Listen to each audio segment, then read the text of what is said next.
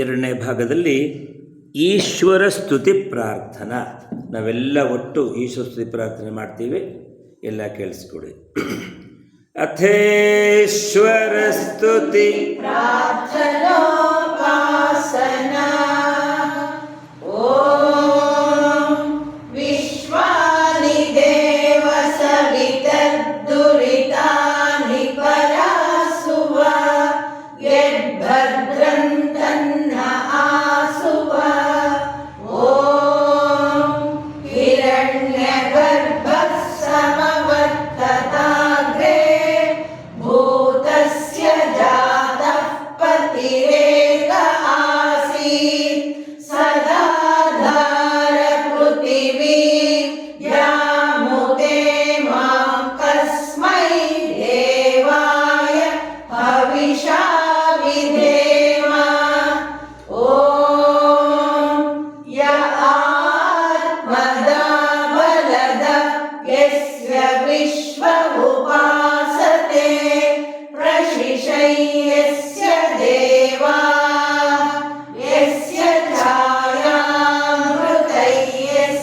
ಮೃತ್ಯು ತಸ್ಮೈ ದೇವಾಯ ಹವಿಷಾ ವಿಧೇಮ.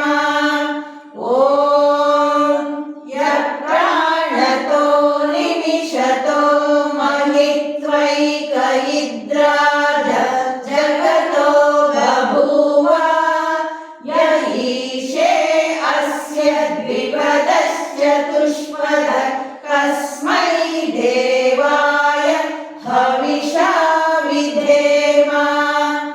ಓಂ ಯೇನ ದ್ಯೌರುಗ್ರಾ ಪೃಥಿವೀ ಚ ದೃಢಾ ಯೇನ ಸ್ವಸ್ಸಭಿತೈಯೇನ ನಾಕಃ ಯೋ ಅಂತರಿಕ್ಷೇ ರಜಸೋ ವಿಮಾನ ಕಸ್ಮೈ ದೇವಾಯ ಹವಿಷಾ ವಿಧೇಮ. ಓಂ ಪ್ರಜಾಪತೇನ ತ್ವದೇತಾನ್ಯನ್ಯೋ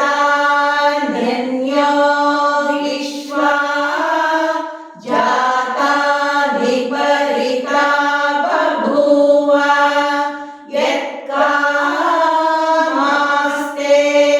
ಜುಹುಮಸ್ತನ್ನೋ ಅಸ್ತು ವಯಂ ಸ್ಯಾಮ ಪತಯೋರಯೀಣಾ.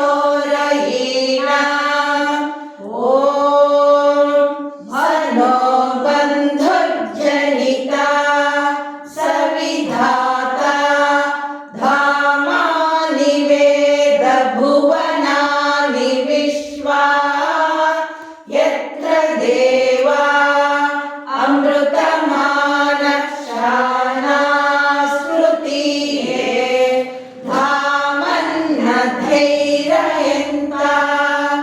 ಓಂ ಅಗ್ನೇನಯ ಸುಪಥಾರಾಯೇ ಅಸ್ಮಾನ್ ವಿಶ್ವಾನಿ ದೇವ ವಯುನಾನಿ ವಿದ್ವಾನ್ ಯುಯೋಧ್ಯಸ್ಮಜ್ಜುಹುರಾಣಮೇನು ಭೂಯಿಷ್ಠಾಂತೆ ನಮ ಉಕ್ತಿಂ ವಿಧೇಮ. ಇತೀಶ್ವರ ಸ್ತುತಿ ಪ್ರಾರ್ಥನೋಪಾಸನಾ. ಹರಿ ಓಂ. ಈಗ ಈಶ್ವರ ಸ್ತುತಿ ಪ್ರಾರ್ಥನೆಯನ್ನು ಮಾಡಿದ್ದೀವಿ. ನಾವು ಸಾಮಾನ್ಯವಾಗಿ ಇದರ ಜೊತೆಗೆ ಸ್ವಸ್ತಿ ವಾಚನ ಹಾಗೂ ಶಾಂತಿ ಮಂತ್ರಗಳನ್ನು ಕೂಡ ಹೇಳ್ತೀವಿ. ನಿತ್ಯ ಅದನ್ನು ಹೇಳಬೇಕಂತ ಏನಿಲ್ಲ, ಅದನ್ನು ಕೊನೆಗೆ ಅಭ್ಯಾಸ ಮಾಡೋಣ. ಈಗ ಅಗ್ನಿಹೋತ್ರದ ಮುಂದೆ 3ನೇ ಭಾಗ ಆರಂಭ ಆಗುತ್ತೆ. ಅಗ್ನಿಹೋತ್ರ ವಿಧಿ.